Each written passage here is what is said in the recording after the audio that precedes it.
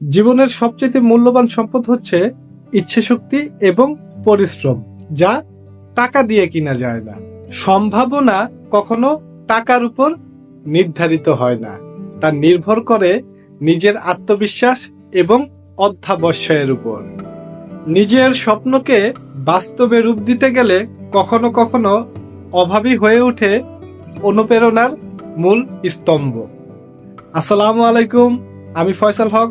Faisal in ফোকাসে আপনাকে স্বাগতম। Faisal in ফোকাসের Facebook এবং ইউটিউব চ্যানেল যদি আপনি এখনো সাবস্ক্রাইব না করে থাকেন, তাহলে এখনই সাবস্ক্রাইব করুন এবং আমার পাশেই থাকুন। চলে আসি মূল গল্পে।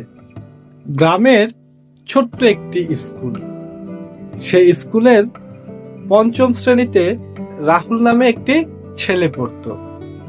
ছেলেটি ছিল খুবই মেধাবী, পড়াশোনায় খুবই ভালো, কিন্তু সবসময় ছেলেটির মন খারাপ থাকতো। একদিন তার স্যার মাহমুদ তাকে ডেকে জিজ্ঞেস করলো, কি ব্যাপার, তোমার মন সবসময় খারাপ থাকে কেন? কি সমস্যা, আমাকে বলো। তখন রাহুল বলল, স্যার, আমার বাবা কৃষক। আমি পরীক্ষায় খুব ভালো রেজাল্ট করলেও তাতে কোনো লাভ নেই, কারণ পড়াশোনা চালানোর মতো টাকা আমার বাবার কাছে নেই। আমাদের সংসারই খুব কষ্টে চলে। এখন আমি বই কিনবো, কিন্তু আমি বই কিনতে পারছি না, কারণ আমার বাবার কাছে কোনো টাকা নেই। এ কথাটি শোনার পর তার স্যার মাহমুদ তার চোখে অদ্ভুত এক দৃষ্টিতে তাকালো। তখন স্যার হেসে বলল, জীবনের সবচাইতে দামি জিনিসগুলো কখনো টাকা দিয়ে কেনা যায় না। রাহুল তো অবাক ভাবে জিজ্ঞেস করলো তার স্যারকে, কিন্তু স্যার, বই তো টাকা দিয়েই কিনতে হয়। তখন স্যার তাকে বলল, তাহলে শোনো, তোমাকে আমি একটি গল্প বলি। বহু বছর আগের ঘটনা।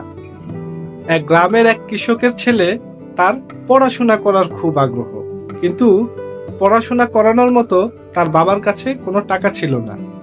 কৃষক বাবা যখন পড়াশোনার খরচ চালাতে পারছিল না, তখন সে বাচ্চা নিজে বাঁশ কেটে সে বাঁশ দিয়ে কলম বানাতো এবং কাগজ কুড়িয়ে সে কাগজ দিয়ে খাতা বানাতো, এবং এভাবে সে পড়াশোনা করতে করতে সে পড়াশোনায় খুব ভালো করতে শুরু করলো এবং একটা সময় সে স্যার হয়ে গেল। তখন রাহুল তো অবাক দৃষ্টিতে তার স্যারকে জিজ্ঞাসা করলো, তারপর স্যার? তখন তার স্যার আবার হেসে উত্তর দিল, আমি সেই মানুষ যে নিজ হাতে বাঁশ কেটে কলম তৈরি করেছিলাম এবং কাগজ কুড়িয়ে সে কাগজ দিয়ে খাতা বানিয়েছিলাম। এত অনুপ্রেরণামূলক একটি কথা নিজের স্যারের থেকে শোনার পর রাহুল পড়াশোনার জন্য আরো মনোযোগী হয়ে উঠল এবং তিনি তার সর্বোচ্চ দিয়ে পড়াশোনা করতে শুরু করলো। এবং রাহুল এত ভালো রেজাল্ট করতে শুরু করলো যে রাহুল হয়ে উঠল গ্রামের একটি অনুপ্রেরণার নাম। তো বন্ধুরা, এই গল্পটি থেকে আমরা কি শিখতে পাই?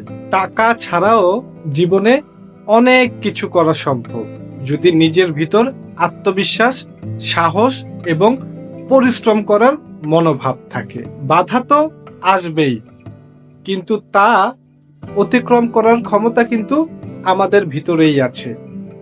আমাদের জীবন পরিবর্তন হয় তখনই যখন আমরা আমাদের নিজের ইচ্ছাকে কাজে লাগাতে পারি। একটি ছোট গল্প অনেক বড় শিক্ষা দিতে পারে। তো বন্ধুরা, কখনোই হাল ছাড়া যাবে না, চেষ্টা করে যেতে হবে।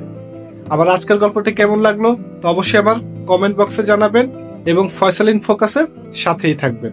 সবাই ভালো থাকবেন, সুস্থ থাকবেন। আসসালামু আলাইকুম ওয়া রাহমাতুল্লাহি ওয়া বারাকাতুহু।